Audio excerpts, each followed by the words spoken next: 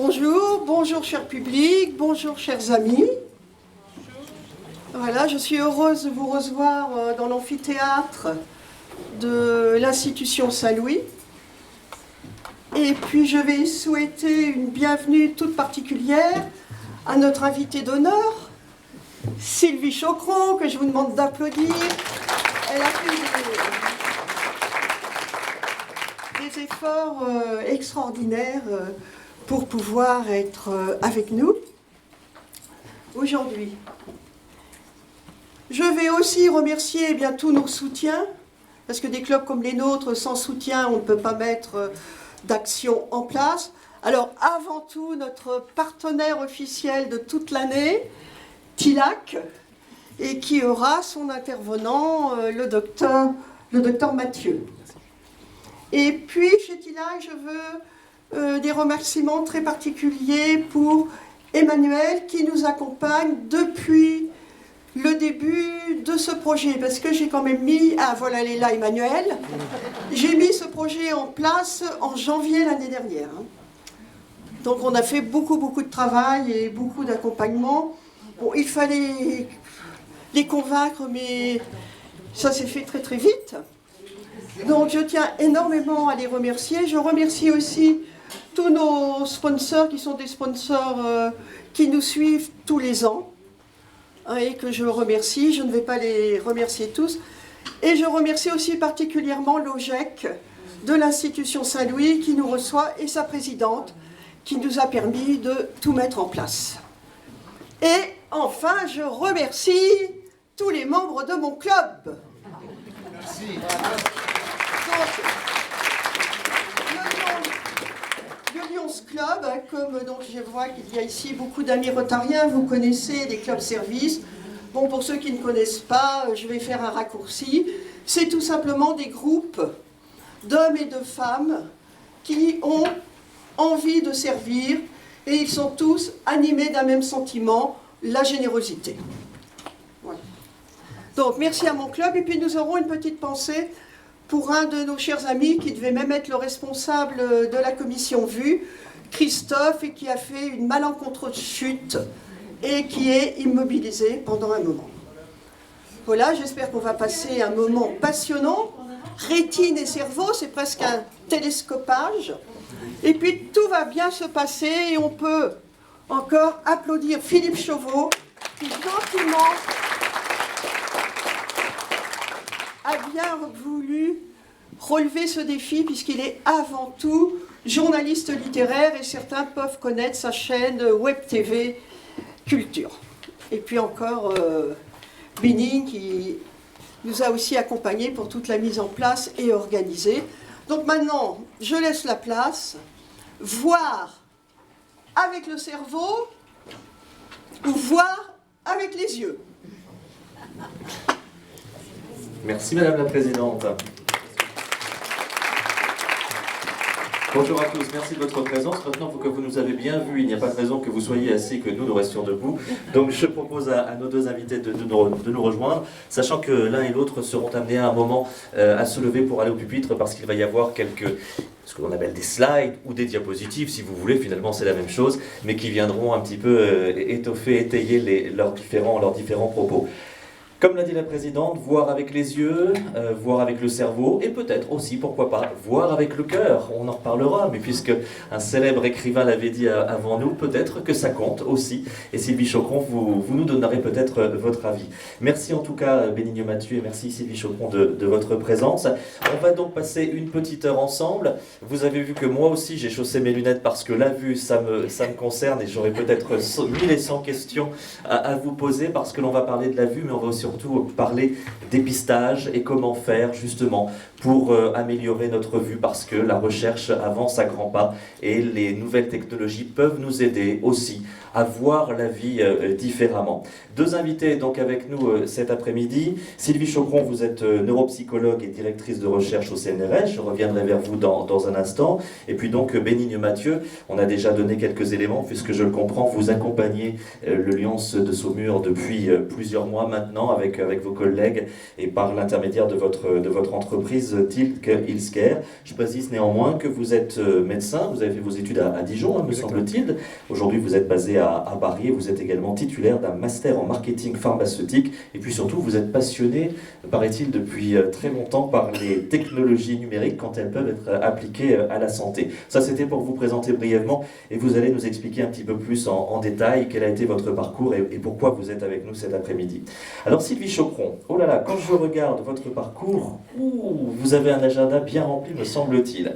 Alors je vais me permettre, et puis vous nous expliquerez un petit peu tout cela après. Vous êtes donc neuropsychologue, directrice de recherche au CNRS, le Centre national de recherche scientifique.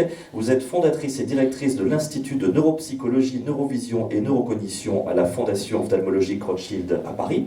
Vous menez des recherches fondamentales sur la cognition visuelle, spatiale et attentionnelle chez les sujets typiques, atypiques et neurologiques. Et vous développez des applications cliniques dans le domaine des troubles neurovisuels à l'Université Paris-Descartes. Jusqu'à présent, mon ami Wikipédia ne s'est pas trompé. Vous êtes également responsable scientifique de l'association Les Yeux dans la Tête, et ça je sais que ça vous tient à cœur, on aura l'occasion de revenir sur ce thème. Une association qui œuvre pour développer le diagnostic et justement la prise en charge des troubles chez l'enfant et l'adulte. Et puis, dans cet emploi du temps bien chargé, vous êtes aussi une femme de médias parce que vous avez le goût du partage et de la transmission de vos savoirs et de vos compétences. Ce qui veut dire que chaque semaine, on vous retrouve avec la bonne humeur autour d'Agathe Le Caron dans l'émission Bel et Bien sur France 2, tous les samedis matins. Et puis, vous avez également, je crois, un article mensuel dans Le Monde également. Et puis, il y a aussi des livres, parce que toujours dans cette envie de transmettre et de partager, des livres, on se souvient dans Le cerveau d'Anna, qui était sorti en 2020, où vous nous emmeniez dans le cerveau d'une jeune femme d'aujourd'hui. Et on vivait avec elle sa journée dans un coin de son cerveau du matin au coucher. Et là, cette fois-ci, vous revenez avec un livre qui est tout chaud, puisqu'il est sorti il y a quelques jours à peine. Dans le cerveau, 2 points de suspension. C'est aux presses de la Cité. Et là, vous avez fait le choix d'aller solliciter des personnalités, justement, pour essayer de comprendre comment fonctionne leur cerveau et comment cela leur a permis d'avoir des compétences et des talents. On va en reparler de tout cela. Mais en tout cas, ce parcours que je viens de déployer très brièvement, si vous deviez le définir en 1 ou 2 mots, quelle est votre motivation? Qu'est-ce qui vous fait avancer chaque matin, Sylvie Chocron? Alors, ce qui me fait avancer, c'est vraiment la compréhension de l'esprit humain. Et je dirais que ce qui me motive, c'est vraiment d'essayer d'aider un maximum de personnes. Donc, moi, j'ai toujours fait le choix, en tant que chercheur, d'avoir une activité clinique. J'ai toujours choisi vraiment d'appliquer mes recherches, de me servir de mes recherches pour pouvoir développer des outils diagnostiques et des outils thérapeutiques. Et dans la dédicace d'ailleurs de ce livre, et j'en profite pour faire une vraie dédicace en présentiel, ce livre est dédicacé en fait à tous mes patients et à toutes les familles des patients. Je suis désolée, je suis un petit peu émue parce que voilà. Ah oui, il ne marche pas. Attendez, essayez peut-être avec celui-ci. Voilà, je suis un petit peu émue parce que dans la salle, il y a des gens avec qui on a essayé de travailler pour leur enfant depuis 20 ans maintenant. Et donc, c'est émouvant pour moi d'être ici aujourd'hui.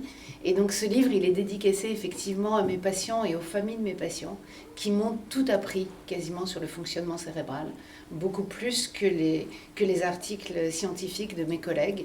Et donc, moi, ce qui m'anime, c'est ce va-et-vient entre l'individu, son fonctionnement cérébral, et puis ce que disent les recherches en neurosciences du cerveau humain. Et donc, à une époque où on a tous très peur de l'intelligence artificielle, où on a tous très peur de robots qui auraient un cerveau modélisé à partir d'une autre, qui peut-être nous dépasserait, moi, j'ai voulu écrire ce livre et je continue à travailler avec chaque cerveau de manière individuelle, parce que c'est la singularité de chaque cerveau qui m'intéresse. Et c'est ça ce qui m'anime et qui me donne de l'énergie chaque jour. Vous avez employé les termes intelligence artificielle, nouvelle technologie, ce qui veut dire que pour vous, ce n'est pas un frein tout cela. Au contraire, il faut savoir se servir de cela. Comment avez-vous vu évoluer votre champ de compétences au fil des années ? Mais il y a eu des évolutions extrêmement marquantes. D'abord, l'énorme révolution dans notre domaine, ça a été la neuroimagerie. Donc, quand on a été capable de pouvoir voir le cerveau en action, pendant qu'il faisait une tâche. Donc ça a révolutionné la recherche en neurosciences. On a pu confirmer des choses qu'on subodorait et puis on a pu aller découvrir d'autres choses. Et puis évidemment, ce que l'intelligence artificielle va apporter aux neurosciences, c'est la capacité de traiter des milliers de données, ce que l'être humain, tout chercheur, même motivé, ne peut pas faire. Et donc on a des nouveaux outils maintenant d'exploration du cerveau, de sa morphologie, de son activité, grâce à l'intelligence artificielle. Et puis évidemment, je pense que le docteur Mathieu va en parler, ça nous ouvre aussi des perspectives en termes de prise en charge, de thérapeutique. On va parler de tout cela. Justement, Bénédicte Dumathieu, j'imagine que lorsque Sophie Chocron parle Sylvie Chocron parle de tout cela, ça vous réjouit parce que les nouvelles technologies, la science, la médecine puissent unir leurs efforts. Ça, c'est un peu votre mission aussi. Exactement. Moi, si j'ai fait le choix, effectivement, d'évoluer au-delà de la médecine générale, qui me plaisait beaucoup, c'est quand on est médecin généraliste, on peut voir 20-25 patients par jour. Mais si on veut pouvoir vraiment bénéficier à beaucoup de patients, c'est là que l'entrepreneuriat, la découverte et la technologie peut permettre aujourd'hui de traiter des dizaines de milliers de patients. Et c'est là qu'on démultiplie avec des équipes notre capacité à faire le bien pour les patients. C'est ça qui est assez passionnant. Et les outils technologiques pour ça sont un outil qui sont vraiment une capacité à démultiplier notre capacité à faire le bien. Aujourd'hui, vous collaborez avec la société Tilac Healthcare. C'est une société qui est donc pionnière dans le développement de jeux vidéo mobiles et de modules médicaux pour le suivi justement des patients qui sont atteints de maladies chroniques ophtalmologiques. Pourquoi ce nom un peu barbare? Alors, mon anglais est très mauvais, alors Tilac Healthcare, mais pourquoi ce nom? Alors effectivement, on est purement franco-français. On a été fondé au cœur de Paris, près des 15-20, par le professeur Joséin Sahel, qui est un des cofondateurs, que Sylvie connaît du reste très bien, puisqu'elle a participé aussi à l'Institut de la Vision, qui s'est rendu compte qu'il y avait un vrai sujet pour les patients atteints de DMLA. Vous savez que la DMLA, c'est la première cause de cécité chez les patients de plus de 50 ans, et qu'aujourd'hui, quand on a 75 ans, on a une chance sur 4 d'avoir une DMLA. Sauf que vous le verrez plus tard, on en parlera, il faut se suivre très bien, suivre sa vision à la maison. Sauf qu'on le fait pas, on le fait mal, et c'est là que le professeur Sahel s'est dit: est-ce que la technologie ne me permettrait pas de mieux suivre mes patients chez eux pour que je puisse les traiter au bon moment et que les médicaments innovants dont je dispose puissent être le plus efficaces possible pour eux? Et c'est ça le défi qu'on essaye de relever avec l'équipe de Tilac. Tilac étant le 3e œil chez les Indiens, l'œil protecteur. C'est toute l'idée qu'on a avec l'application de protéger les patients et de les aider à se protéger eux-mêmes. On va reparler de cela dans un instant. Vous allez nous faire entrer dans le système Tilac, dans cette application qui est mise en place. Sylvie Chocron, une question, finalement c'est la thématique de l'après-midi. La vue, ok, mais alors ce sont les yeux, c'est le cerveau, c'est un peu les deux. Si vous deviez donner une explication, une première explication, je précise bien sûr pour l'un et pour l'autre, comme vous avez des visuels, lorsque vous avez besoin, vous n'hésitez pas à aller au pupitre pour les diffuser. Je crois que je vais y aller tout de suite. Dès maintenant, alors Je vous la lance la présentation. Sinon je vais vous en dire. Ça va être plus simple parce qu'au lieu de me croire sur parole, je vais essayer de vous convaincre. Donc à cette question, est-ce qu'on voit avec nos yeux ou avec notre cerveau, on sait maintenant que bien sûr les yeux sont indispensables, qu'on a besoin des yeux pour capter la lumière, les rayons lumineux, et que sans yeux on ne verra pas. En tout cas, c'est difficile de voir. Et il y a des chercheurs à l'Institut de la Vision qui essayent de faire en sorte que les gens puissent voir sans les yeux, mais ça reste encore difficile. Donc bien sûr, l'œil, il est crucial pour capter les rayons lumineux et puis pour pouvoir ensuite les envoyer jusqu'au cerveau, mais en réalité, l'organe de la vision, c'est le cerveau. Et donc, bien sûr que même si ce sont les yeux qui captent ces rayons, si vous posez un œil tout seul sur une table, il ne verra jamais. Et d'ailleurs, actuellement, justement, à l'Institut de la Vision, il y a des chercheurs, comme Serge Picot, qui travaillent à essayer de fabriquer des rétines artificielles, des implants rétiniens. Mais pour l'instant, ça reste difficile de voir, parce que ce qui est difficile, c'est de savoir quel signal cette prothèse va devoir envoyer au cerveau pour que le cerveau puisse comprendre l'information et que le patient puisse voir comme vous voyez. Alors, comment est-ce qu'on sait que c'est le cerveau, l'organe de la vision? Parce que figurez-vous qu'on apprend à voir. De la même manière qu'on apprend à parler, qu'on apprend à marcher, qu'on apprend à compter, on ne le sait pas. On pense que dès que le bébé ouvre les yeux, il va voir. Et en réalité, le bébé, dès la naissance, il va apprendre à voir. Et tout au long de la vie, vous ne verrez que ce que vous avez appris à voir. Ce qui veut dire que toute la vie, vous êtes aveugle à ce que vous n'avez pas appris à voir. Et c'est ce que je vais essayer de vous montrer. Donc, sur ma diapositive, vous avez un tableau de 2 gars. Et donc, ce tableau s'appelle Côte escarpée. Et j'imagine que vous voyez sans doute la mer à droite, des collines, le ciel en haut. J'imagine que tout le monde voit ça. Tout le monde voit un paysage. Je vous laisse regarder quelques secondes quand même, parce qu'après, je vais évidemment vous montrer que vous étiez aveugle à quelque chose, que vous n'aviez pas appris à voir. Donc si vous voyez quelque chose, ne dites rien pour que tout le monde puisse continuer à jouer. Je ne vais pas vous le laisser très longtemps parce qu'on n'a pas trop de temps, mais au moins quelques secondes pour que vous fassiez l'expérience vraiment de regarder avec attention. Alors, si maintenant je passe à la diapo suivante, et après ce sera fini, on ne pourra plus revenir en arrière, vous aurez appris.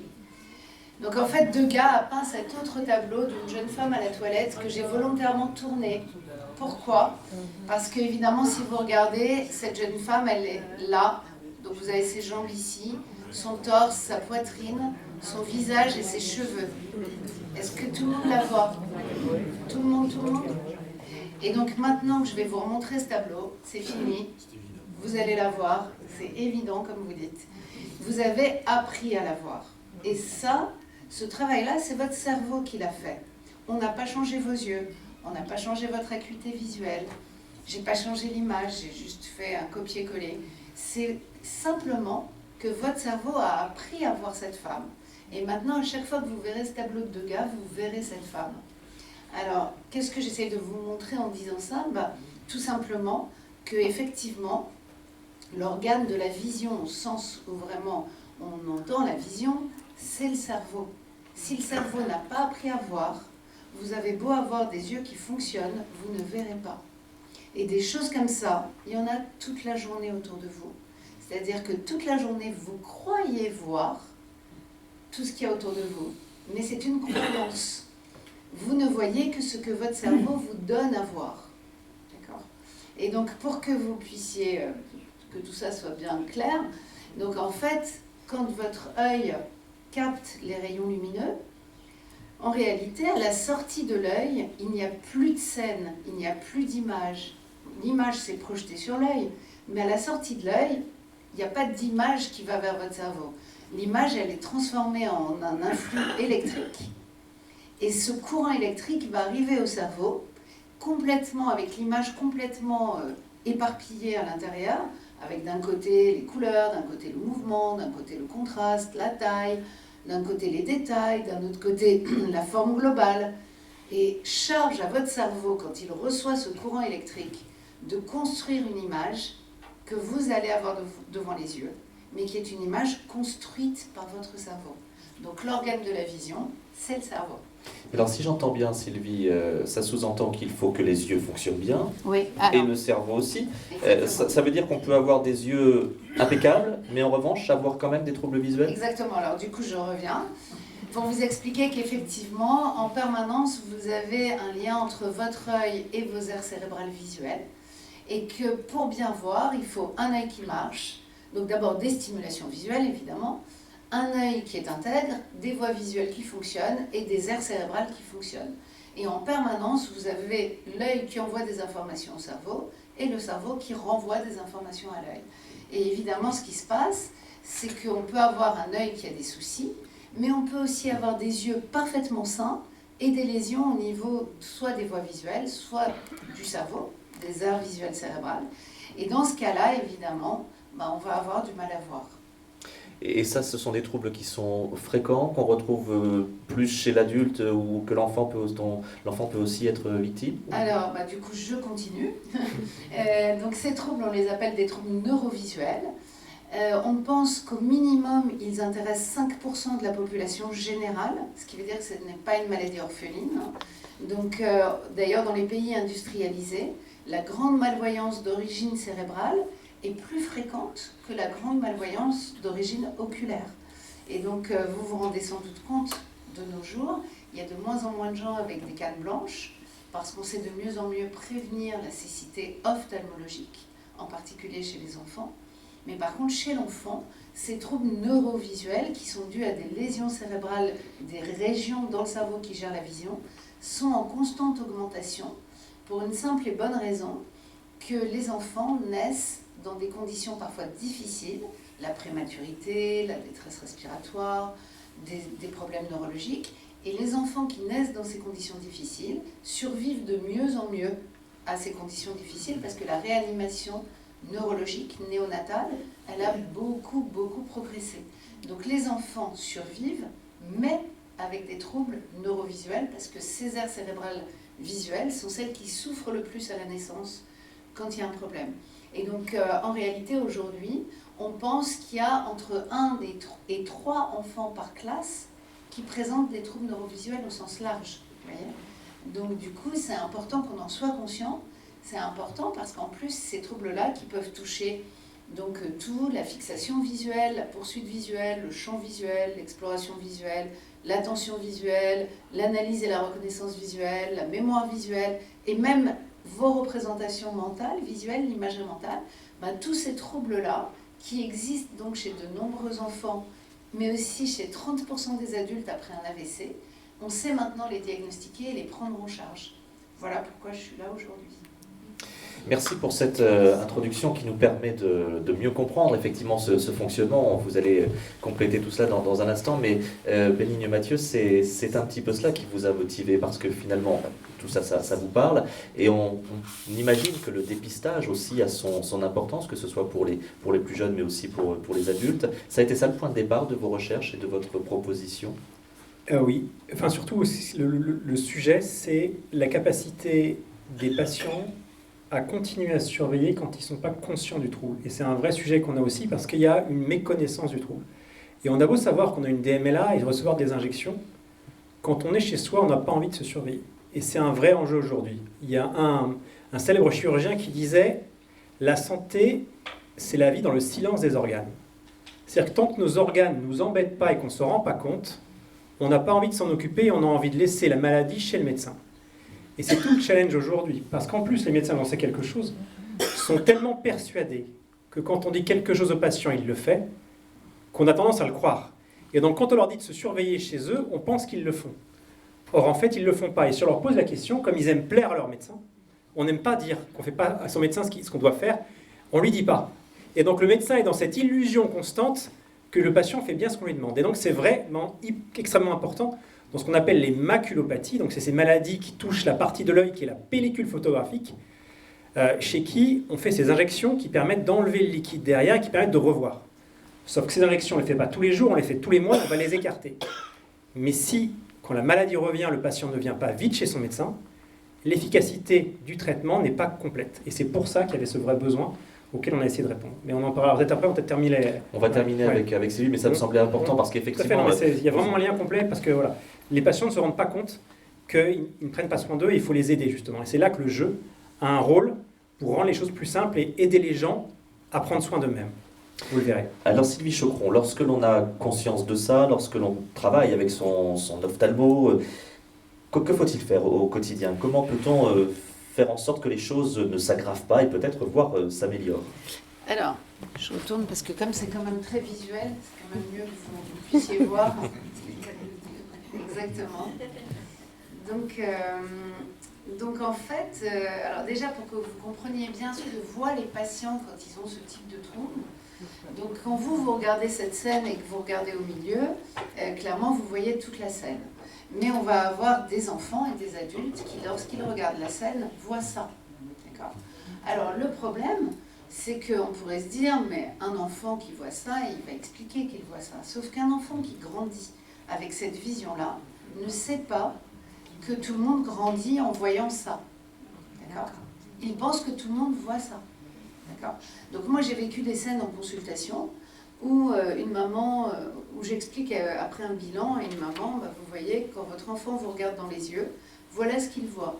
Et donc la maman se retourne vers son fils qui a 10 ans, chez qui jamais le diagnostic n'a été fait. Et elle dit à son enfant, mais enfin tu m'as jamais dit que quand tu me regardes dans les yeux, tu ne vois que la moitié gauche de mon visage. Et l'enfant lui dit, mais enfin tu m'as jamais dit que quand on regarde quelqu'un dans les yeux, on doit voir les deux moitiés du visage. Et donc tout ça pour vous expliquer que ces troubles neurovisuels peuvent passer inaperçus. En particulier aussi parce qu'on bouge les yeux des milliers de fois par minute. Et donc quand les enfants ou les adultes vont bouger les yeux, s'il leur manque la partie droite du champ visuel, il se peut qu'ils voient ça, mais s'ils bougent de l'autre côté, ils vont voir ça. Et donc en permanence, voilà ce qui va se passer, ils vont bouger les yeux et le monde est comme ça. Vous voyez, ça apparaît, ça disparaît, ça apparaît, ça disparaît. Et donc évidemment, le risque, c'est que les enfants soient pris pour des enfants qui ont des troubles des apprentissages, qui ont des troubles autistiques, puisqu'ils ne vont pas pouvoir fixer les gens dans les yeux, ils ne vont pas pouvoir reconnaître parfois les émotions, ils peuvent être pris pour des enfants déficients intellectuels, etc. Parce que, mis à part ce type d'amputation du champ visuel, vous avez des enfants qui ne voient que ça. Donc qui ne voient que le centre de leur champ visuel. Ce qui veut dire qu'à chaque fois qu'ils vont bouger les yeux dans la scène, voilà ce qu'ils vont voir.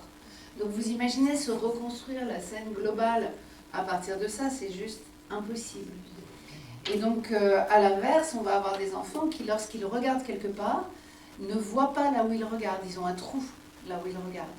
Et donc à chaque fois qu'ils vont regarder, ben, voilà ce qu'ils vont voir. Un trou et puis des choses un peu floues autour. Et puis on va avoir d'autres enfants qui vont voir ça.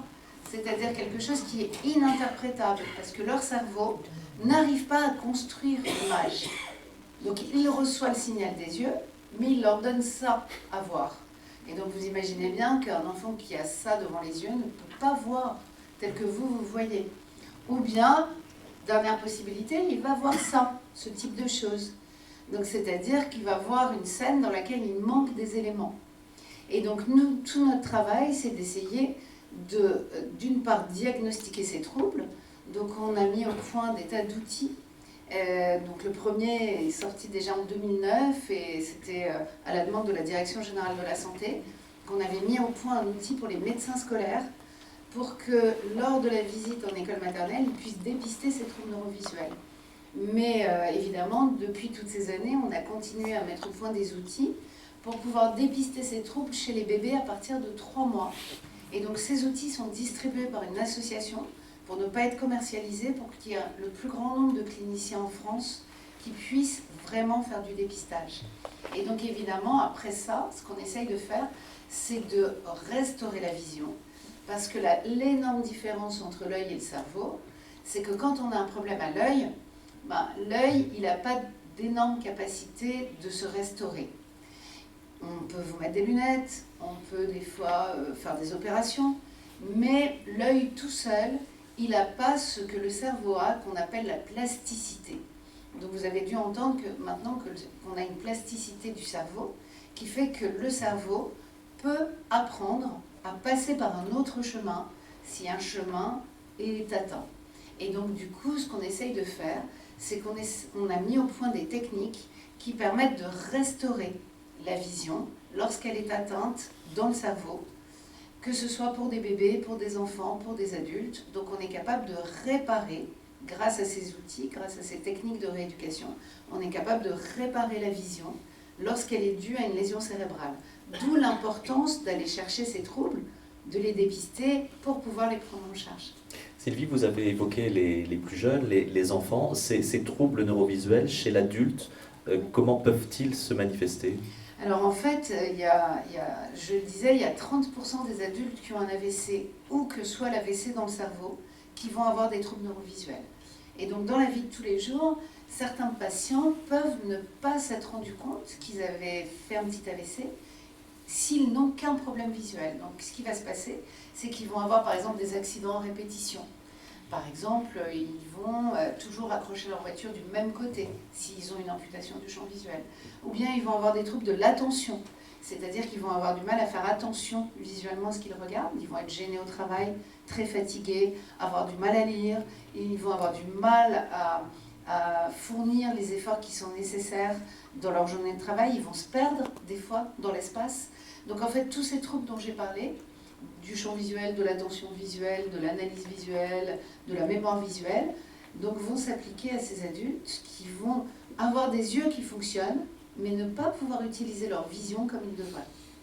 En ce qui concerne les spécialistes de la vision, les cliniciens, etc., il y a une évolution justement sur cette thématique. Sont-ils formés à ce que l'on appelle les troubles neurovisuels? Nous, ça fait vraiment plus d'une vingtaine d'années qu'on forme tous les cliniciens concernés, donc les neurologues, les ophtalmos, les médecins, mais aussi tous les cliniciens qui sont impliqués dans les troubles du neurodéveloppement, donc l'autisme, la dyslexie, tous les 10, dyspraxie, dyscalculie, dysorthographie, tous les troubles du développement chez l'enfant.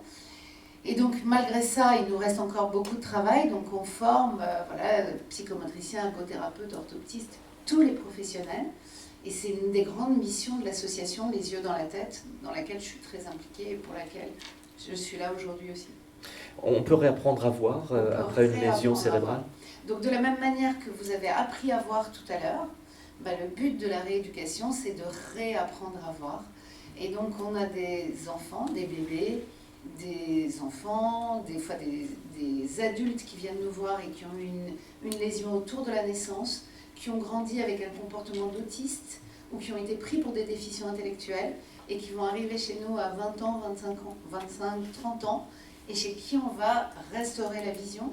Alors, on ne peut pas forcément toujours donner une vision qui soit identique à celle qui aurait dû être si jamais il n'y avait pas eu de lésion. Mais on peut redonner une vision suffisante pour que les patients puissent être autonomes et puissent lire, puissent se déplacer, puissent habiter seuls. Concrètement, si l'un d'entre nous se dit « Ah là là, j'ai des problèmes, je sens que ma vision n'est pas très bonne, est-ce que ça peut être dû à ça ?» On peut simplement aller taper à la porte de son ophtalmo et lui parler de ça? Alors, il va nous entendre? On devrait pouvoir, mais ce n'est pas encore tout à fait le cas. C'est bien pour ça que je vous pose la question. Donc, il vaut mieux taper à la porte de l'association Les Yeux dans la Tête qui va vous dire quel clinicien aller voir dans votre région et qui va vous permettre d'avoir un diagnostic. Pour l'instant, malheureusement. Alors, pourquoi je dis ça? Parce que donc, le docteur Mathieu sait ça par cœur. En fait, ces troubles neurovisuels, leur particularité, c'est qu'ils touchent la vision, mais qu'ils sont d'origine cérébrale. Et donc, ils sont tombés dans un vide clinique entre l'ophtalmologie, qui s'occupe de l'œil, et la neurologie, qui ne s'occupe pas de vision. Et pourtant, ce sont des troubles de la vision liés à des lésions cérébrales. Et donc, c'est sans doute pas étonnant que ce soit un chercheur comme moi qui ait décidé de consacrer sa carrière à ça, parce qu'en recherche, la vision va de l'œil au cerveau. C'est en clinique que c'est coupé au milieu, et que les ophtalmos s'occupent d'une extrémité, et les neurologues s'occupent du cerveau, mais ne s'intéressent pas trop à la vision. Donc aujourd'hui encore, malheureusement, il y a des patients qui ont des troubles neurovisuels qui vont être vus par des ophtalmos, qui ne vont regarder que l'œil et qui ne vont pas s'interroger sur au-delà de l'œil. Et donc il y a des gens qui sortent de l'ophtalmo avec un examen normal et qui ont des troubles neurovisuels. On ne peut pas se le cacher. D'ailleurs, si on faisait un petit sondage, et si je vous demandais parmi vous qui, lorsqu'il va chez l'ophtalmo, a une vérification de son champ visuel, à part les gens qui ont une suspicion de glaucome, on va pas ou de la tension dans l'œil, on ne va pas vous tester votre champ visuel parce que c'est le cerveau. Ce qui veut dire qu'il y a une double pédagogie, à la fois vis-à-vis des patients, mais aussi vis-à-vis des médecins et des ophtalmos. Bien sûr. Avez-vous d'autres visuels à nous présenter ou... Alors, je vais passer vite pour vous raconter. Donc, je suis passée trop vite alors. Oui, je pense qu'il est arrivé à la fin du diapositive. Normalement. Voilà. Donc en fait, je voulais vous raconter justement ce que je viens de dire, que cette association, Les Yeux dans la Tête, elle vise à informer le grand public, à former les cliniciens et à aider à dépister, à guider, à rééduquer, mais aussi à faire reconnaître ces troubles. Parce qu'aujourd'hui encore, même s'ils touchent 1 à 3 enfants par classe, et beaucoup d'adultes qui ont des maladies, soit des AVC, soit des tumeurs, des traumatismes crâniens, des maladies neurodégénératives, ça fait beaucoup d'adultes aussi, malgré tout, ils ne sont pas encore reconnus par les institutions. Il n'y a pas de cotation sécurité sociale pour ces troubles-là. Donc ma mission au sein de l'association, c'est aussi d'avancer dans la reconnaissance de ces troubles. Et puis, je voulais vous raconter que, très rapidement, que pour rééduquer ces amputations du champ visuel, on se sert d'une forme de vision qu'on a tous, qui est une vision non consciente. Alors je vous explique, quand vous êtes en voiture et que vous avez un obstacle devant vous, vous allez faire un écart très vite. Mais parfois, vous ne savez même pas ce que vous avez évité. Juste, vous vous êtes adapté, vous avez fait un écart. Et bien, cette vision, elle s'appelle la vision d'alerte. C'est une vision très rapide qu'on a héritée des animaux qui doivent se protéger des prédateurs qui pourraient les attaquer. Et cette vision d'alerte inconsciente, elle est préservée souvent chez les patients qui ont des troubles neurovisuels. Et donc, ce qu'on a fait, nous, c'est qu'on a mis au point une technique pour essayer de surstimuler cette vision, qui est toujours là, pour qu'elle redevienne consciente et qu'elle puisse restaurer la vision qui est touchée chez les patients. Et dans mon livre qui est sorti la semaine dernière, j'évoque cette vision non consciente, pas du tout dans le cadre des troubles visuels, mais donc chaque chapitre de ce livre correspond à une personne qui a une façon particulière d'utiliser son cerveau. Et donc il y a un chapitre sur une femme qui est journaliste, reporter de guerre, qui va dans des pays extrêmement dangereux, comme en Ukraine en ce moment par exemple, et elle exerce cette vision non consciente, parce que elle doit être extrêmement vigilante pour détecter un drapeau quelque part, quelqu'un qui bougerait quelque part, quelqu'un qui la guetterait et qui ne devrait pas être là. Et donc elle a surstimulé, elle aussi, cette vision non consciente qu'on a tous et qu'on peut entraîner, et que nous on entraîne pour réparer la vision consciente qui est touchée. Voilà. On va reparler de ce livre tout à l'heure, mais c'était important que vous nous expliquiez effectivement ce champ autour des troubles neurovisuels. Et puis finalement, c'est là où le fait de vous avoir réunis est une très bonne idée, parce que c'est aussi là-dessus que vous travaillez, Bénigne Mathieu, avec cette application mobile. Alors sur prescription, moi c'est bien la première fois que j'entends parler d'une application mobile sur prescription médicale. Peut-être je reprends un peu de contexte. Alors, allez-y, y aller aussi, j'en allez-y, profiter, j'ai notre visuel à vous montrer. Et ça va être l'occasion de... C'est étonnant la résonance entre les présentations qu'on va Oui, parce avoir. qu'on parlait justement de pédagogie pour les patients, mais aussi pour les praticiens, et c'est ce que vous proposez justement. Exactement.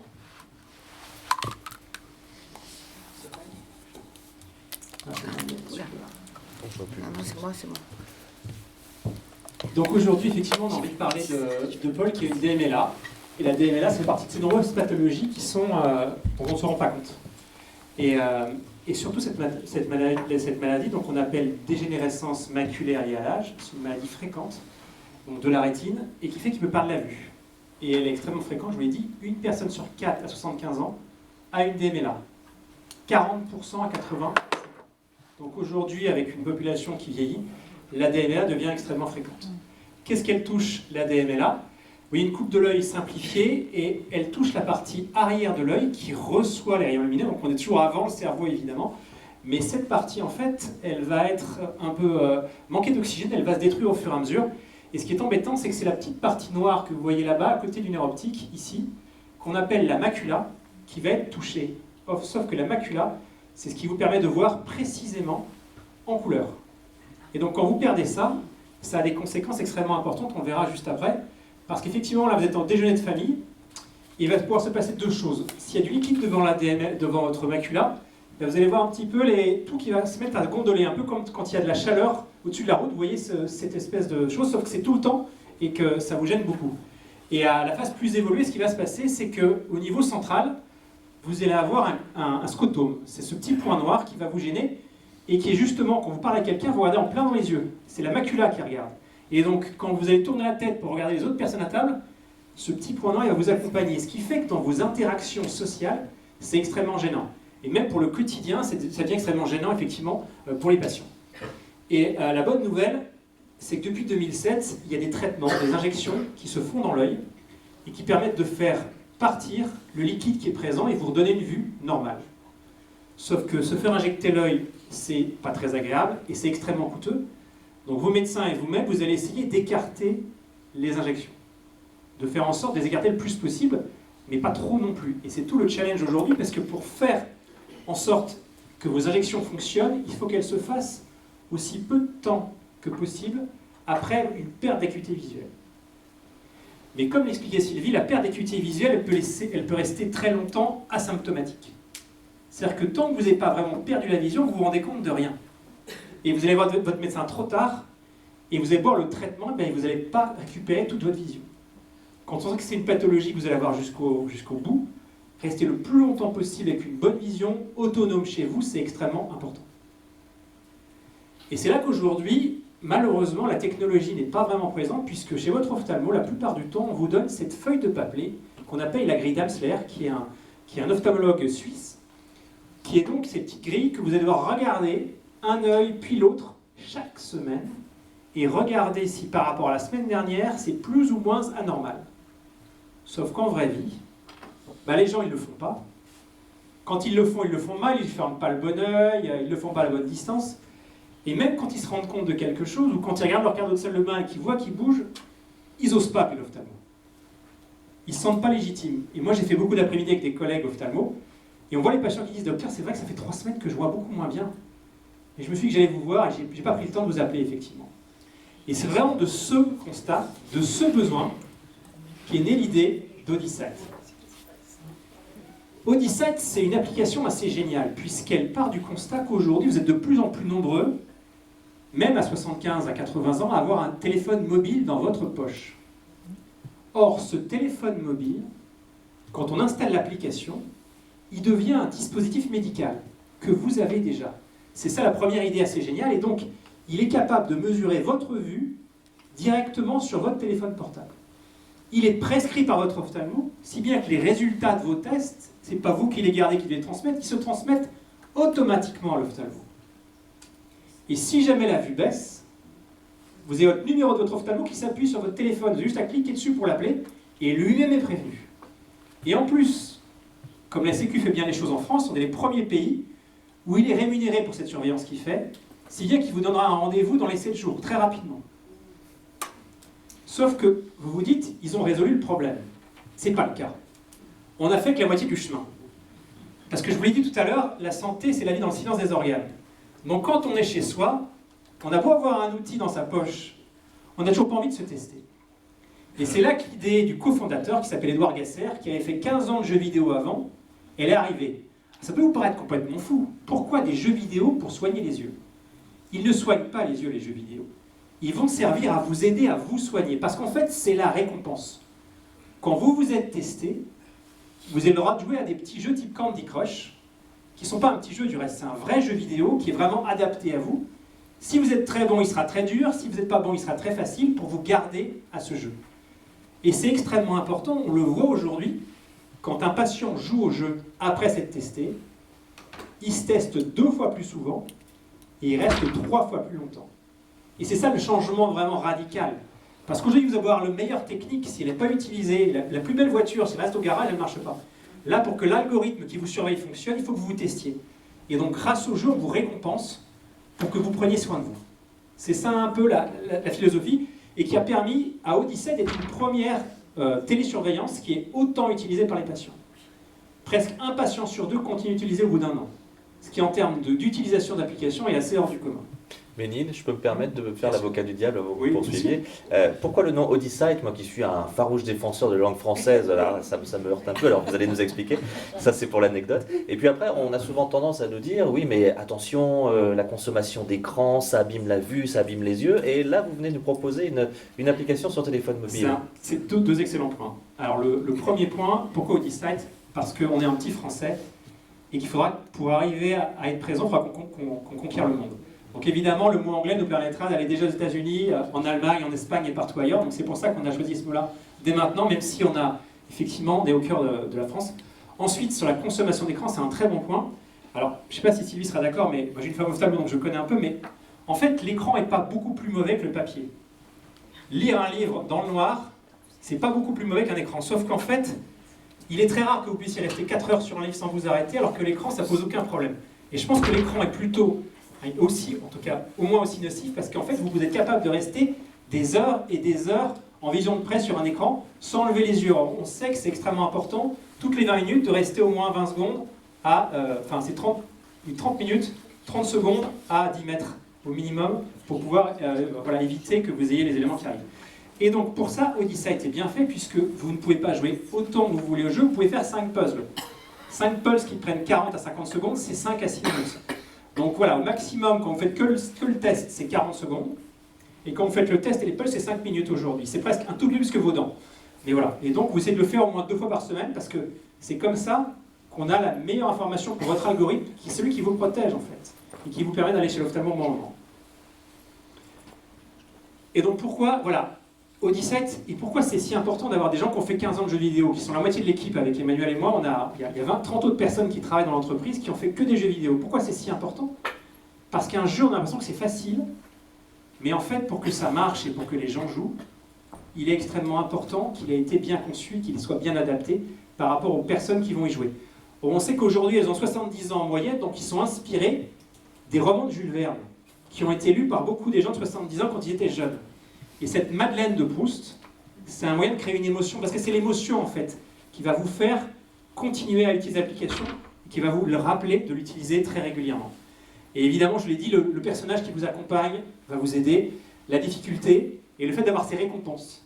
Ces récompenses, on crée une espèce d'addiction au jeu, mais qui est évidemment sur des jeux courts et qui vont vous aider à mieux vous protéger. Donc aujourd'hui, Audicyte, c'est quoi? C'est 17 000 patients depuis 2008. Donc on est passé en fait de 8 000 l'année dernière à 17 000. On a doublé en un an. Évidemment, c'est exponentiel. Maintenant, et on a près de 1000 ophtalmos qui utilisent l'application, 1000 sur 5000. Donc il y en a forcément près de chez vous qui en disposent. Et s'ils ne l'ont pas, vous leur demandez, ils nous appellent et on les équipe pour qu'ils puissent l'utiliser. Et c'est 300 000 tests d'acuité visuelle. Donc c'est là que, grâce à ça, on va pouvoir faire travailler des modèles d'intelligence artificielle pour essayer de savoir encore plus finement, avant que la vue baisse, quand est-ce que ça va arriver. Donc on n'en est pas encore là, mais c'est vrai que derrière, il faut beaucoup de données, et grâce aux données qu'on récupère, on va pouvoir être capable de mieux vous protéger. Donc voilà, c'est ce que j'avais à dire principalement. J'ai d'autres questions, mais sur ce sujet. Et éventuellement, après, on verra s'il reste un peu de temps, on fera une petite démonstration pour que vous voyez comment votre téléphone portable peut être un moyen de surveiller votre vue. De la même façon que tout à l'heure avec Sylvie, nous évoquions le fait que certains ophtalmos étaient encore un petit peu en déficit par rapport aux troubles neurovisuels.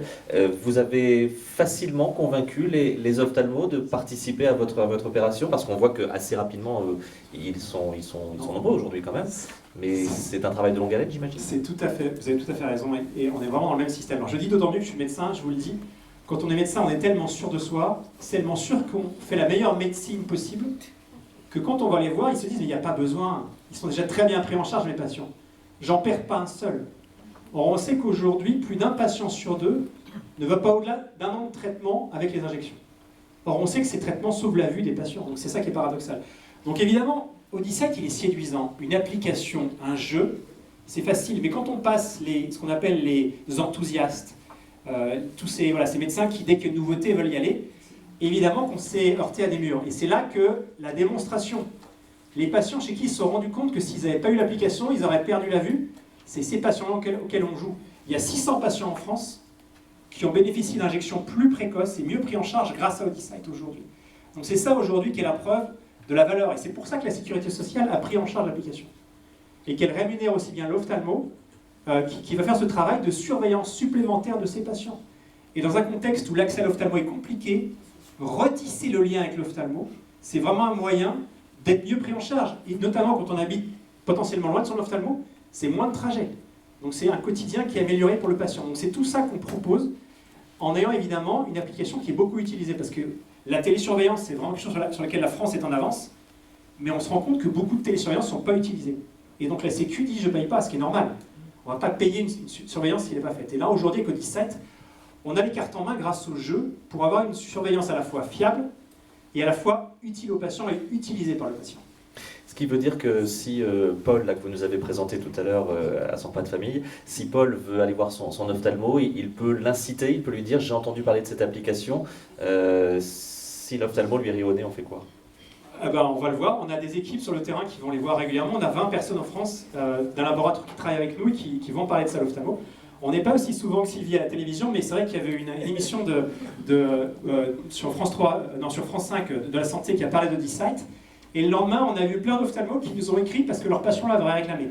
Et c'est comme ça que ça marche en fait. C'est aussi les patients qui vont pousser les médecins à changer leur pratique. Et aujourd'hui, maintenant qu'on a 1000 médecins, il y a quand même aussi cette... Quand on est dernier à ne pas le faire, on se dit peut-être qu'on se trompe. C'est là que le doute est créé chez le médecin. Pour aller plus loin dans ma question, puisque tout à l'heure avec Sylvie nous parlions de l'association sur laquelle on reviendra dans un instant, vous il n'y a pas d'association, mais en revanche, est-ce que le site TILAC Healthcare répertorie les ophtalmos qui vous accompagnent éventuellement? Exactement, enfin, vous pouvez trouver les ophtalmos qui vous accompagnent.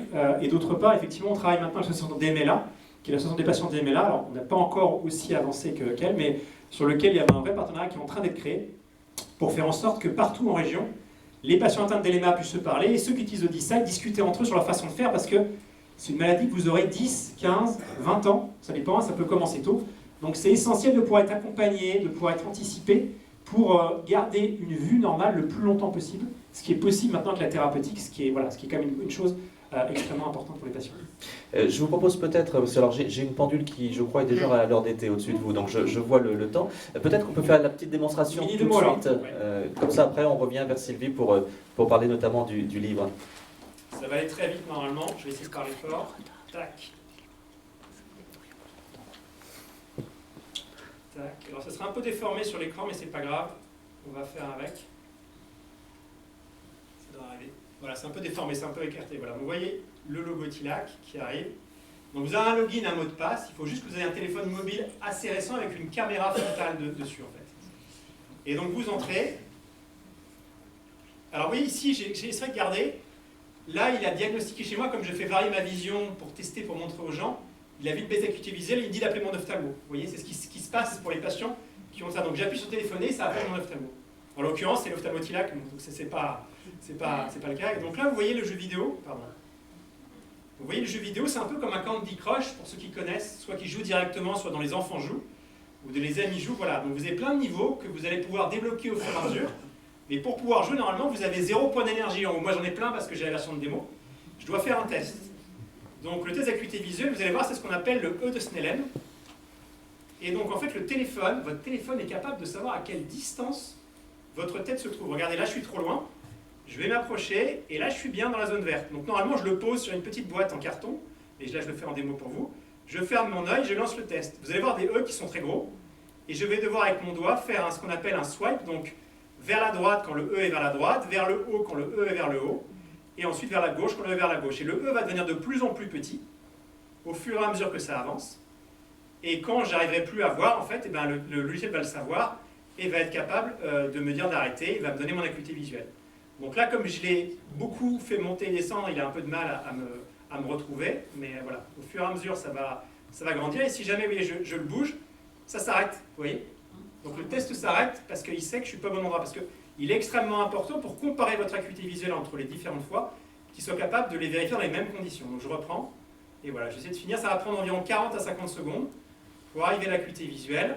Et ensuite, une fois que j'aurai fait mon acuité visuelle, le résultat, il va être, à la fois je le pourrai le voir, il va être envoyé à mon ophtalmo. Et ensuite, s'il y a une alerte, il va me le dire immédiatement. Ah, j'ai bougé, vous voyez.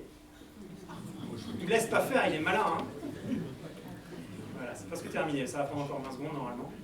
Et je vais être capable... Oui, donc rappelons que normalement le téléphone est stable puisqu'il est posé sur... Voilà, il est posé sur la table. Donc ça, c'est beaucoup plus simple, effectivement. Donc là j'ai terminé, vous voyez, il est en train d'analyser, ça va prendre 4 secondes. J'ai mon score qui n'est pas bon, 30, c'est normal parce que j'ai fait exprès d'avoir des mauvais scores avant. Et là je gagne mes points d'énergie et je vais pouvoir faire un petit test. Voilà, il me dit de revenir demain, il me donne mes points d'énergie, vous voyez la récompense. Et là je vous montre un petit, je vais faire un facile parce que je vais le rater sinon, parce que je suis dans les niveaux élevés. Voilà, c'est tout bête, mais c'est des tests qui ont été basés sur les tests de rééducation visuelle que font les patients qui sont atteints de DMLA. Parce que dans la DMLA, quand vous voyez plus au centre, on vous apprend à regarder de côté en fait. On vous apprend à ne pas regarder pour voir quand même les visages. Donc là, vous voyez, c'est tout ce petit monde dans lequel on vous met. Donc là, je pense qu'on est en Écosse normalement, dans les lands écossais. La scène va se figer et je dois arriver à, en moins de 15 coups, recréer ce qu'il y a derrière moi. Je vais essayer d'y arriver. Voilà, je vois l'arbre qui est à gauche. Donc là, je suis là. Là, il doit être ici, voilà. Là, c'est le chemin. Là, c'est pas le ciel, il doit être là. C'est bon. Je vais essayer d'y arriver. Aïe. Voilà. Je vais m'aider à regarder. J'ai des petits bonus en plus. C'est comme Candy Crush. Je peux revoir ce qu'il y a derrière. Oups. Voilà. Et je vais même mettre un petit bonus pour essayer de gagner plus facilement. Il va me récupérer les cases. Non, il ne veut pas. Voilà, je suis pas mal. Tac. Voilà. C'est pas que je vois pas après, voilà. C'est ça, c'est le principe du jeu, voilà. Je pense que j'ai gagné, c'est bon. Et voilà. Tac, ça y est, c'est bon. Aïe, je passe pas pour un. En 27 secondes, on peut faire mieux, j'ai quand même 3 étoiles. Et voilà, et tout ça, ça n'a l'air de rien, mais ça change tout. Parce que c'est ça qui transforme quelque chose qui est pénible, quelque chose qui est sympa. Et quelque chose qui est pénible, le corps humain est fait de telle sorte qu'on a hâte de le faire. Quand ça devient sympa, vous le faites plus souvent. C'est pour ça qu'aujourd'hui, sur plus de 8000 patients, quand vous vous testez et que vous jouez, vous vous testez plus souvent et plus longtemps, et donc vous vous protégez mieux. Et donc le traitement de votre ophtalmo est plus efficace pour vous. Intéressant. Puis alors moi, ce que je me dis, c'est que lorsque vous jouez à ça, pour vos enfants et vos petits-enfants, vous allez gagner des points, parce qu'ils vont vous dire, mais à quoi tu joues et... C'est exactement ça. On avait une patiente qui dit à quel point ses petits-enfants sont fans. Et mes enfants, quand ils voient ça, ils veulent jouer aussi. Je leur dis que c'est pas le but du jeu. Et voilà, mais c'est vraiment... c'est comme toujours, hein, c'est des idées qui paraissent évidentes après. Je vous jure qu'au début, quand ils sont allés leur dire qu'on allait faire des jeux vidéo pour les patients, ça a été extrêmement compliqué. Mais maintenant que ça s'est démontré, c'est facile, quoi. Béni, je vous invite à nous rejoindre, sachant que de toute manière, on pourra de façon plus personnelle poursuivre l'échange après la rencontre pour que vous expliquiez plus précisément encore. Sylvie Chocron, lorsque vous voyez ces nouvelles technologies, des applications comme ça, ça procède aussi de ce que vous faites lorsqu'on parlait de pédagogie, de transmission, de partage. Ces outils, ça peut être des bonnes choses et par rapport à vos travaux, il faut développer ça aussi. Bien sûr, en fait, dans tous les domaines maintenant, il y a ce qu'on appelle des serious games, des jeux sérieux. Le but, c'est vraiment d'amener les gens à récupérer des fonctions, d'arriver à faire travailler certaines fonctions cérébrales ou dans le domaine de la perception à travers des jeux. Alors après, bon, ça pose un certain nombre de questions. J'avais envie de demander à Bénin s'il y a une version sans jeu, parce que j'imagine qu'il y a des patients qui n'aiment pas jouer et que la récompense pour eux, ce serait de ne pas jouer et que c'est coûteux pour eux de jouer. Donc il y a une version où on peut supprimer les jeux, non. Les et jeux, avoir juste la surveillance. On fait juste le test et on gagne les points d'énergie, mais on ne fait pas les jeux. C'est tout à fait possible, même si aujourd'hui on se rend compte que les patients qui font ça, puisqu'on le sait, malheureusement ils se testent moins souvent et ils jouent moins longtemps. Enfin non, ils ne jouent pas, je veux dire, ils se testent moins souvent et ils arrêtent l'application à un certain moment. Donc ils sont plus surveillés, donc ils sont à risque. Donc c'est là qu'effectivement, et le choix qui a été fait aussi, de ne pas mélanger le jeu et le test, Oui. ça a été un vrai choix initial, parce qu'il y a deux raisons pour lesquelles c'est présent. Quand vous mélangez les deux, vous avez un jeu qui doit rester dans des conditions très très strictes, donc c'est un jeu moins sympa, et le test, eh ben, il est plus compliqué à faire, et surtout, en plus, il est moins connu de l'ophtalmo. Là, le E de Snellen, tous les ophtalmos connaissent, et la grille d'Amsler, ils connaissent tous. Donc quand vous créez les changements, que vous avez déjà un jeu pour surveiller le patient, si en plus c'est un test médical que l'ophtalmo ne connaît pas, en termes de conduite du changement et d'acquisition de nouveaux médecins, c'est extrêmement compliqué. C'est pour ça qu'on a gardé un test qui est connu de tous, par les patients, par les médecins, pour faire en sorte que le changement se fasse plus rapidement. Donc à suivre de près.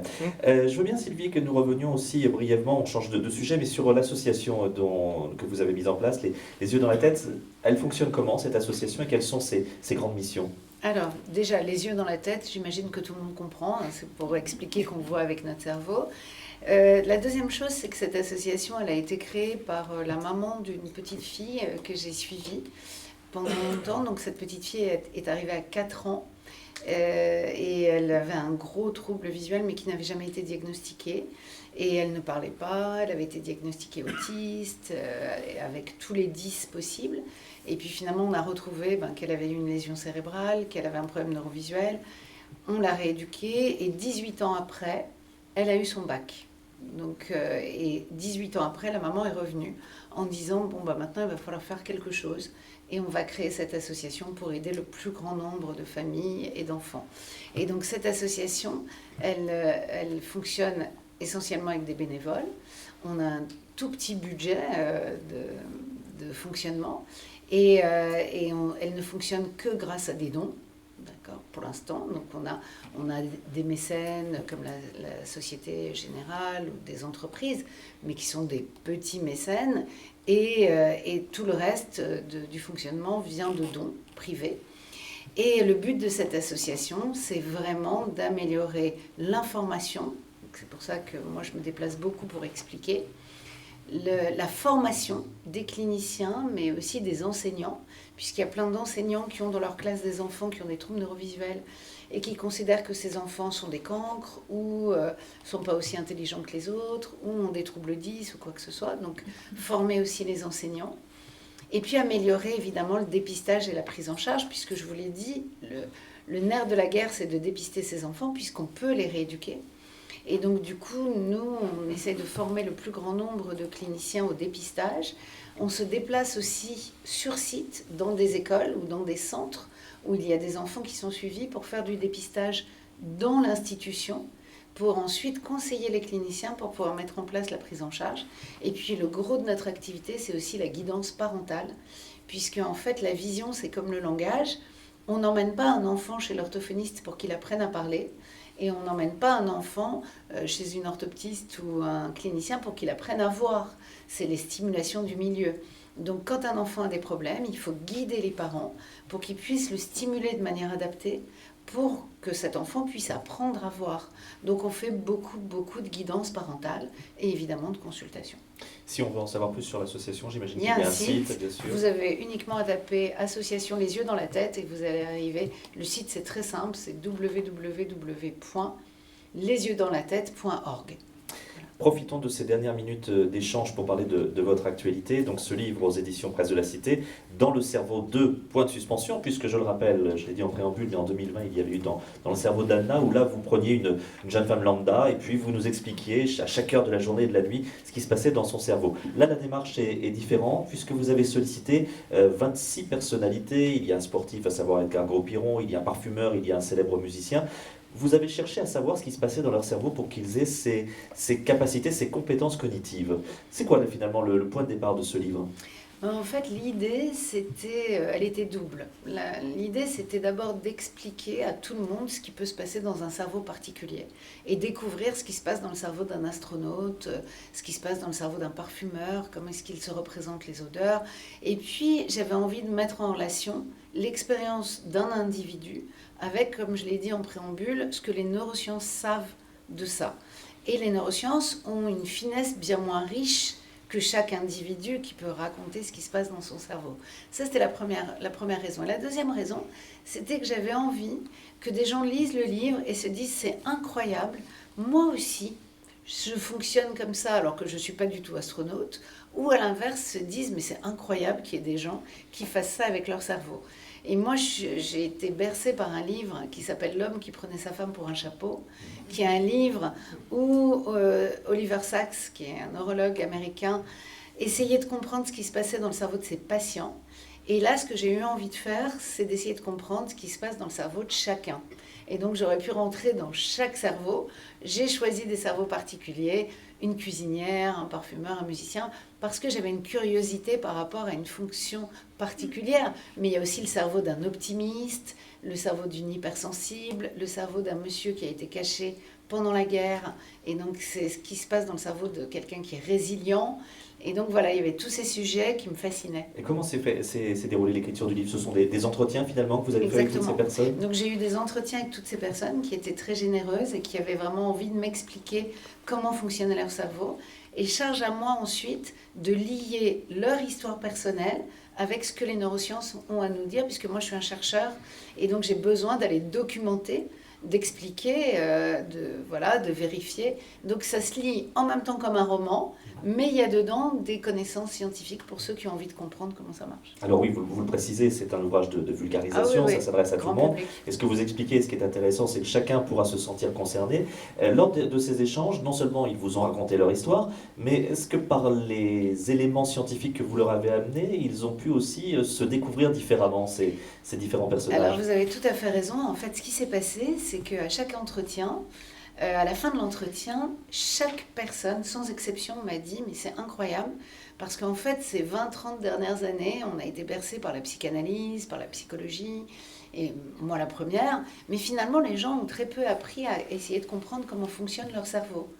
Et finalement, on fait équipe avec notre cerveau, 24 heures sur 24, c'est lui qui décide pour nous de ce qu'on pense, de ce qu'on fait, de à quel point on est performant. Et finalement, on ne sait pas vraiment comment il fonctionne. Donc toutes ces personnes, elles en ont appris plus sur leur fonctionnement cérébral après cet entretien. Et moi, mon but, c'est que les gens, en le lisant, puissent en apprendre plus sur leur fonctionnement propre et puissent utiliser au mieux leur cerveau. Sachez que si vous avez eu du mal à trouver une place pour stationner en venant ici, d'autres ont la chance de toujours trouver une place pour se garer. Vous comprendrez davantage lorsque vous aurez lu le livre de Sylvie Chopon. Ça reste très énigmatique, hein, dit comme ça. Mais c'est, voilà, une fois que vous avez lu le livre, vous aurez tout compris. Ça s'appelle Dans le cerveau 2, c'est aux éditions Presse de la Cité. Alors maintenant, ça va être à vous d'animer cette rencontre parce que j'imagine que vous avez aussi des questions à poser à nos invités. Alors que ce soit bien sûr sur les neurosciences, que ce soit sur le lien entre les yeux et le cerveau, que ce soit sur l'application Audisight, vous avez envie de tout savoir, c'est à vous. Sachant qu'il faut forcément que l'une ou l'un d'entre vous se jette à l'eau pour entraîner les autres. Alors,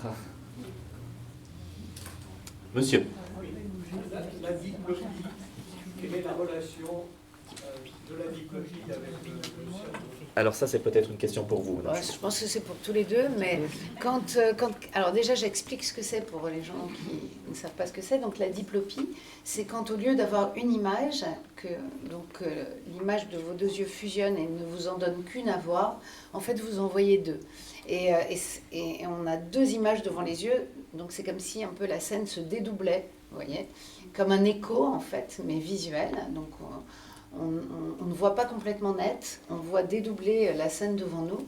Ça arrive souvent quand les deux yeux ne fonctionnent pas de la même manière, ne sont pas traités de la même manière. Ça arrive beaucoup après des problèmes neurologiques, justement. Et il y a des diplopies qui peuvent se rééduquer et on peut réaligner l'image qui est perçue par chacun des deux yeux pour fusionner et n'en donner qu'une. Ou bien on peut des fois proposer des prismes ou des corrections qui permettent aux deux images de fusionner et d'avoir une seule image devant les yeux.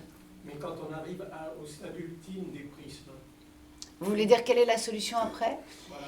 Alors, en fait, ça, c'est la spécialité des neuro-ophtalmologistes et de certaines orthoptistes qui sont spécialisés là-dedans. Donc, moi, je ne suis pas du tout spécialisée dans la diplopie, mais je sais qu'on peut vous proposer des rééducations qui vont essayer d'ajouter un effet à l'effet des prismes pour vous procurer une seule image. Après, malheureusement, la seule solution, sinon, c'est d'obturer un œil et de ne regarder qu'avec un œil. Et à ce moment-là, vous n'avez plus qu'une image, mais vous perdez évidemment... Est-ce qu'il y a des opérations possibles? Dans certains cas, mais ça, c'est vraiment le travail du neuro-ophtalmo. Bénigne, peut-être voulez-vous compléter, mais moi ma question va être aussi un petit peu plus loin. On a vu l'application que vous avez mis en place avec Tilac, le Odysseid. Une application peut-elle être envisagée pour d'autres maladies oculaires? Tout à fait. Aujourd'hui, évidemment, donc on est présent dans la DMLA, mais il y a l'épidémie de myopie qui arrive. Hein. Vous savez qu'aujourd'hui, un enfant sur deux pratiquement qui naît aujourd'hui sera myope demain, à cause des écrans, à cause du fait qu'on ne sort plus de chez soi, enfin pour plein de raisons. Et donc dépister tôt ces enfants, parce que exactement comme l'explique Sylvie, c'est des enfants qui, s'ils ne voient pas du fait de leur myopie quand ils sont petits, la zone du cerveau qui est censée recevoir le signal va s'atrophier. Enfin, je suis désolé de dire, enfin, voilà. Et donc, il est extrêmement important que les enfants se traitent très tôt. Et aussi parce qu'aujourd'hui, et ça sachez-le si vous avez des enfants ou des petits-enfants, la myopie, ça se traite. Et ce n'est pas les lunettes le traitement. Il y a soit des lunettes spéciales qui vont éviter que l'œil grandisse, c'est ça le problème de la myopie, ou alors des lentilles spéciales qu'on met la nuit, ou des gouttes. Mais en tout cas, aujourd'hui, il faut le savoir, et il y en a certains qui sont remboursés maintenant par la Sécu, un enfant qui est myope doit bénéficier, s'il est évolutif, d'un traitement qui va freiner, voire arrêter l'évolution de sa myopie. Et donc c'est ça sur lequel on va travailler demain, pour essayer d'aider au dépistage ou au suivi de ces enfants. Une autre question? Madame?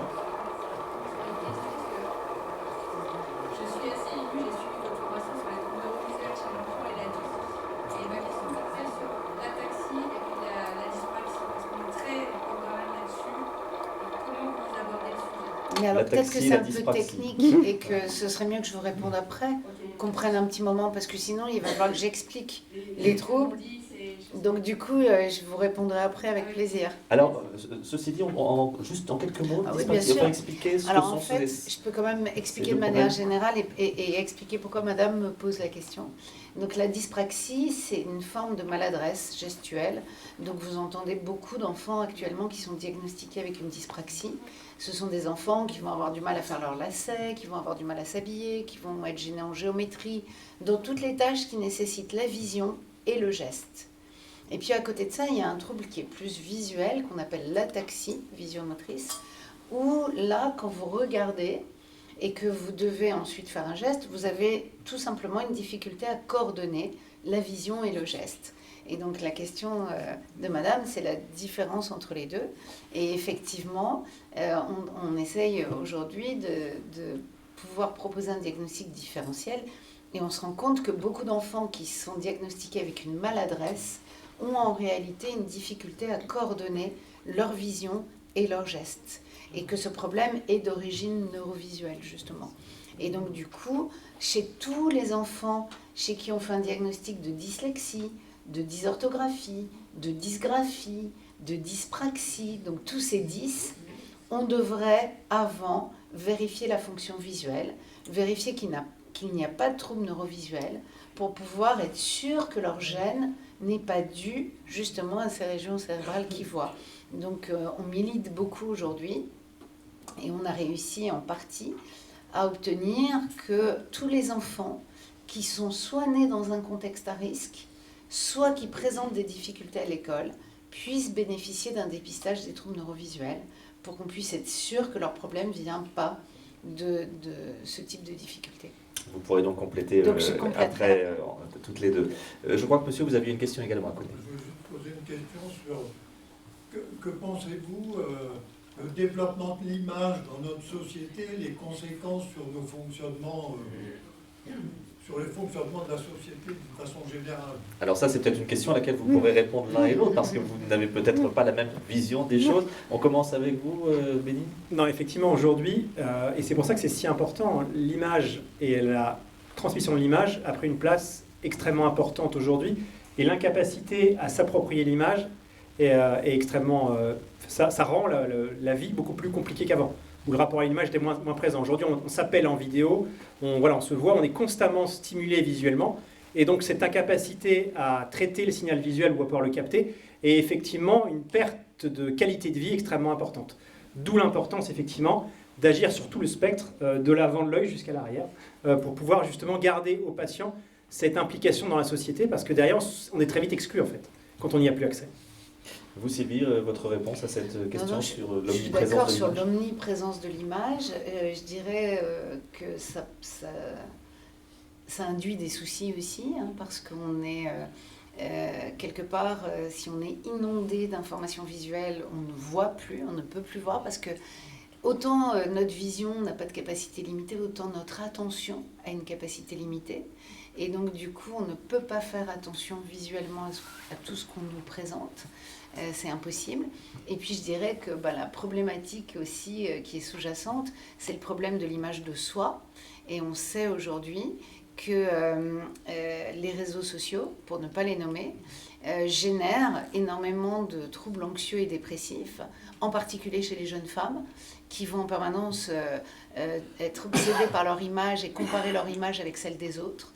Et donc, il y a une problématique sociétale bien au-delà de l'œil et des arts visuels, qui est la problématique de l'image de soi et de l'angoisse qu'on a par rapport à la vie des autres et au visage des autres et au corps des autres, qui paraît toujours mieux que sa propre vie, ses propres vacances, ce qu'on mange, ce dont on a l'air, etc.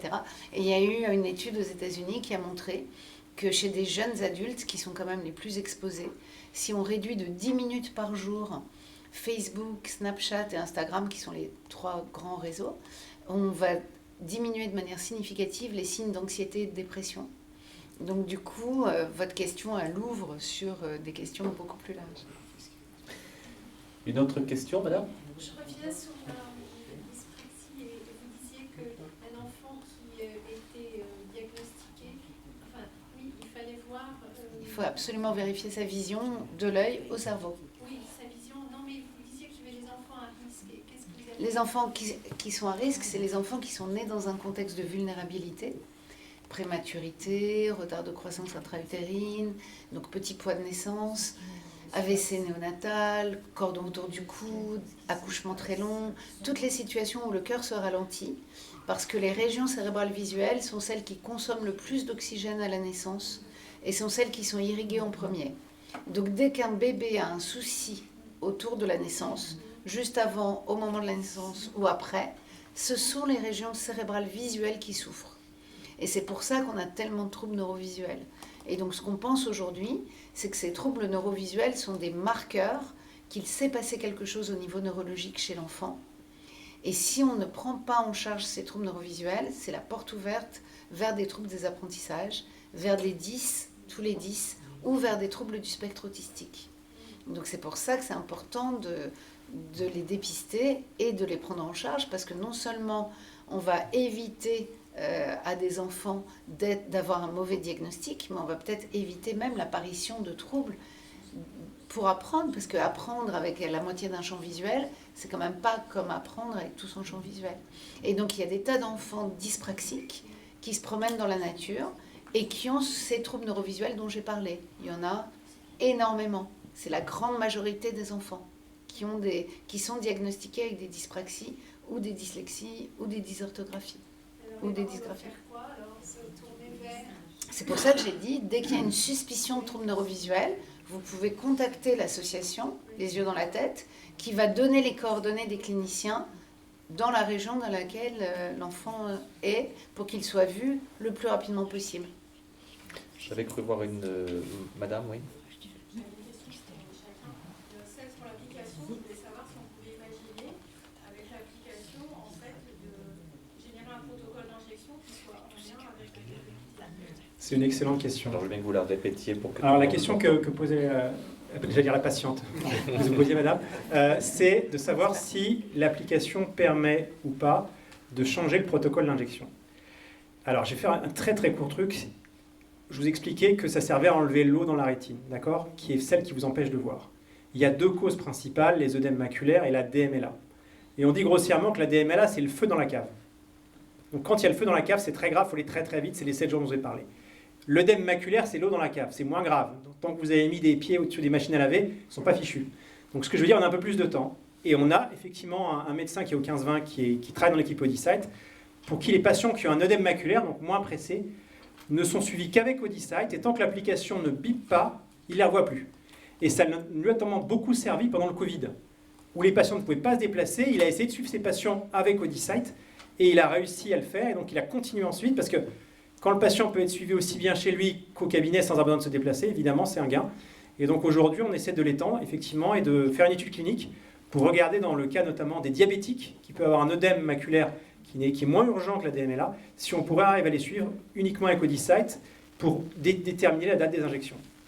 Mais il faut que le patient se teste, c'est toujours pareil. Vous aviez laissé entendre que vous aviez également une question pour M. Chocron.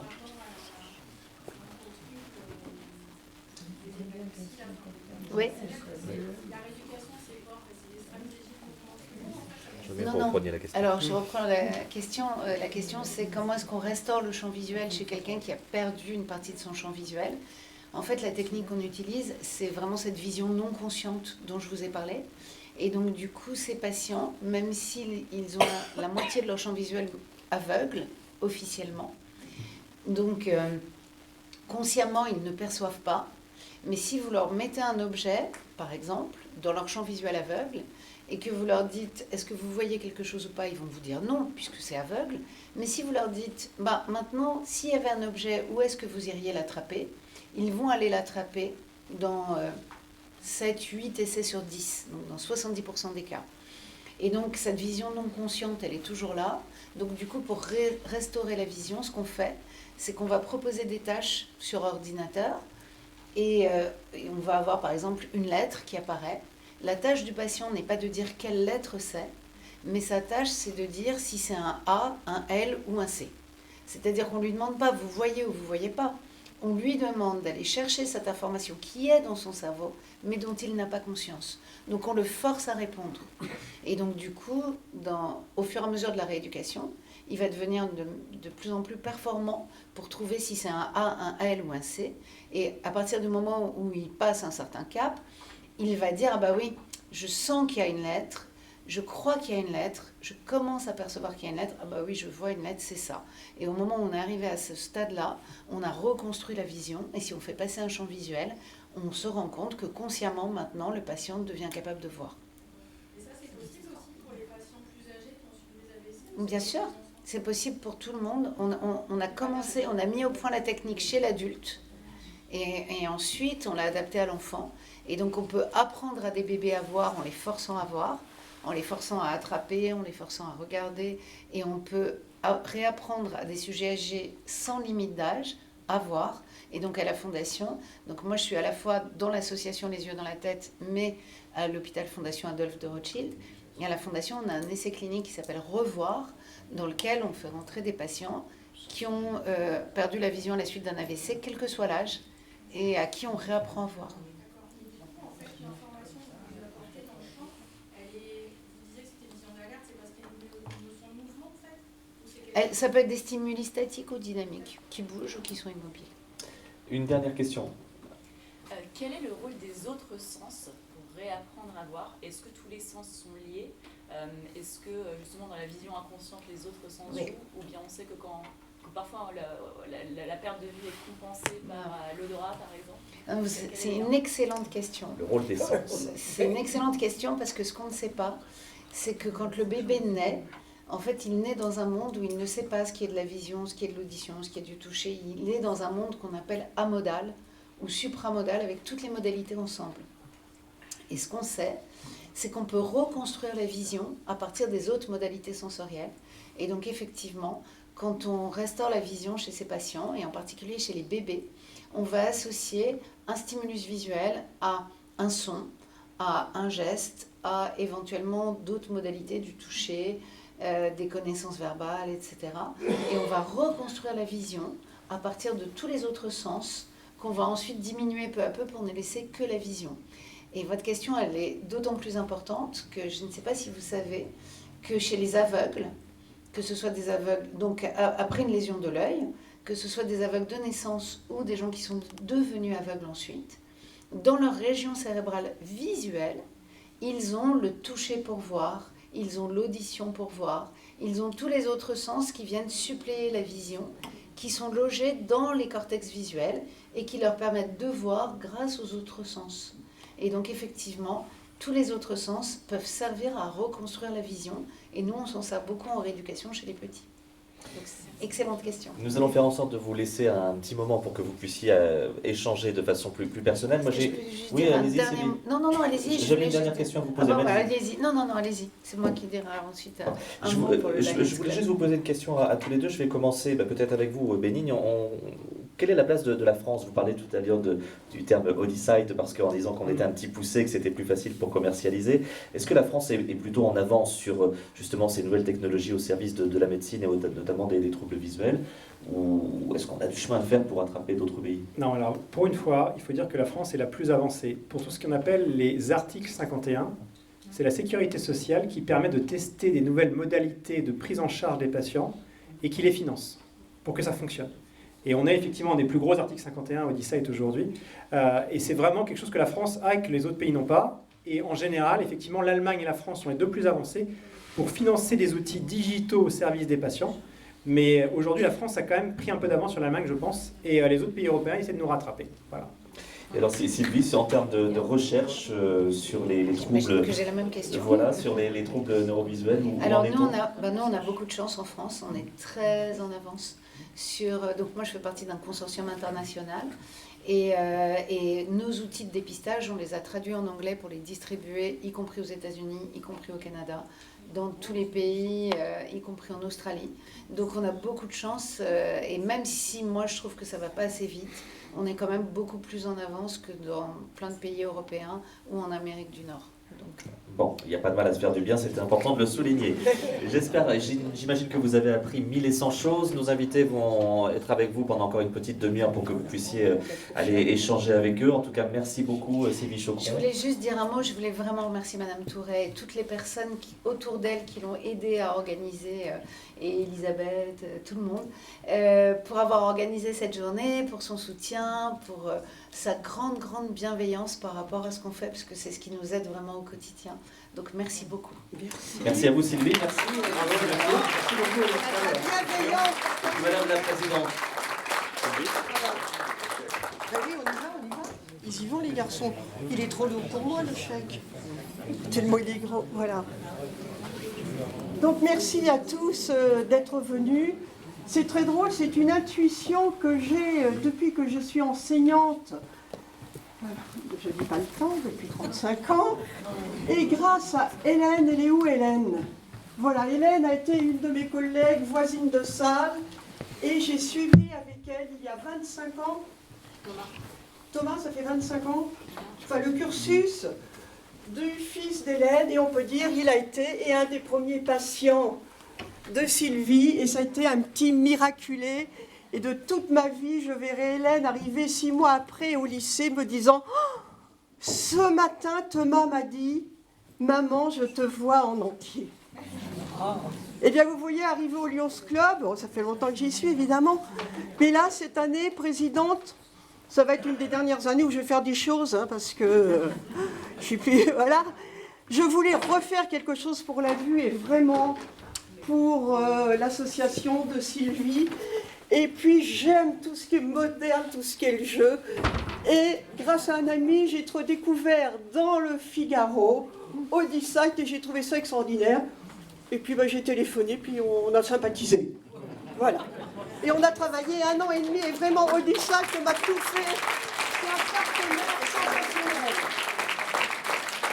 Et merci Elisabeth, merci Francis, et merci à Quentin qui va filmer et qui a pris toute la séance et mettra sur YouTube une info. Donc maintenant, passons aux choses sérieuses.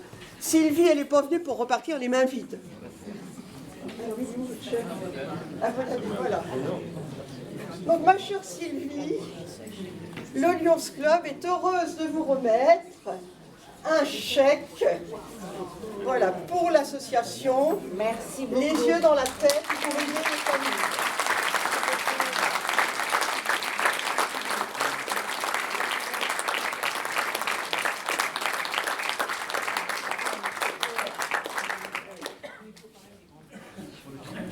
Merci beaucoup. Merci beaucoup. Bah voilà, j'ai remercié avant de tenir ce grand chèque, mais merci vraiment au Lions Club, à Sylvie Touret qui a tout organisé, et puis merci à vous pour votre intérêt pour ces sujets. Et merci Philippe pour l'animation. Et maintenant, 20 d'honneur, on est à Saumur. Et vous avez les livres. Oui. Franchement, c'est un métier. Et maintenant, vous pouvez poser des questions à Béni. Bravo, avec plaisir.